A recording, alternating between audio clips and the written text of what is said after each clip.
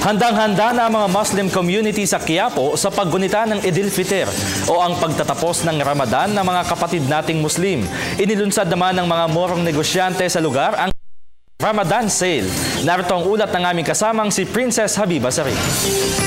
Sa kauna-unahang pagkakataon, isang mas pinalawak na Ramadan Sale ang isinagawa sa Muslim community ng Barangay 383 at 384 sa Quiapo, Maynila.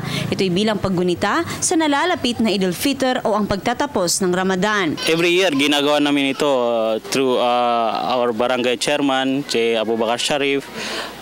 Tapos kami ang inutusan ng mga kagawan niya. So, siguro mga 5 years na ginagawa namin. Ngayon lang medyo lumaki kasi yung nawala ng mga paninda noon. Shift sila sa ganitong paninda. Ang nasabing programa na ito ay naging pagkakataon na rin sa ating mga negosyante na mas makabenta lalo at para na din sa mga mamimili na ngayon makakabili na ng aabot hanggang kalahati sa dating presyo sa mga pangunahing produkto. Binaba namin halos 50%. Para yung mga kababayan natin mga Muslim na hindi ma-afford nila yung mga bilhin natin na mga damit para sa mga Muslim po. Ang nakakatuwa pa nito, hindi lang ito bukas sa mga Muslim kundi sa lahat na nais bumili ng isang authentic na damit na Muslim. Aniyayahan po namin lahat ng mga kababayan natin sa all over the Philippines na pumunta dito sa Quiapo. Marami tayong mabibili dito galing Jakarta, Malaysia, Indonesia, Saudi.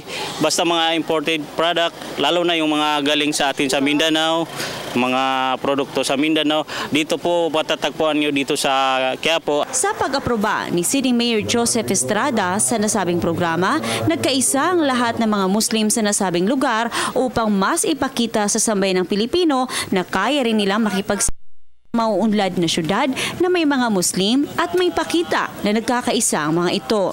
Sa araw ng Eid sa Quiapo, aming napag-alaman na tulad ng nakaugalian, magkakaroon ng salo-salo ang mga Muslim sa pagtatapos ng Ramadan. Pagpapakita ito ng pagkakaisa, pagkakaibigan at higit sa lahat, pagpapasalamat at pag-alala sa Allah Subhanahu wa Ta'ala sa biyayang ibinibigay nito.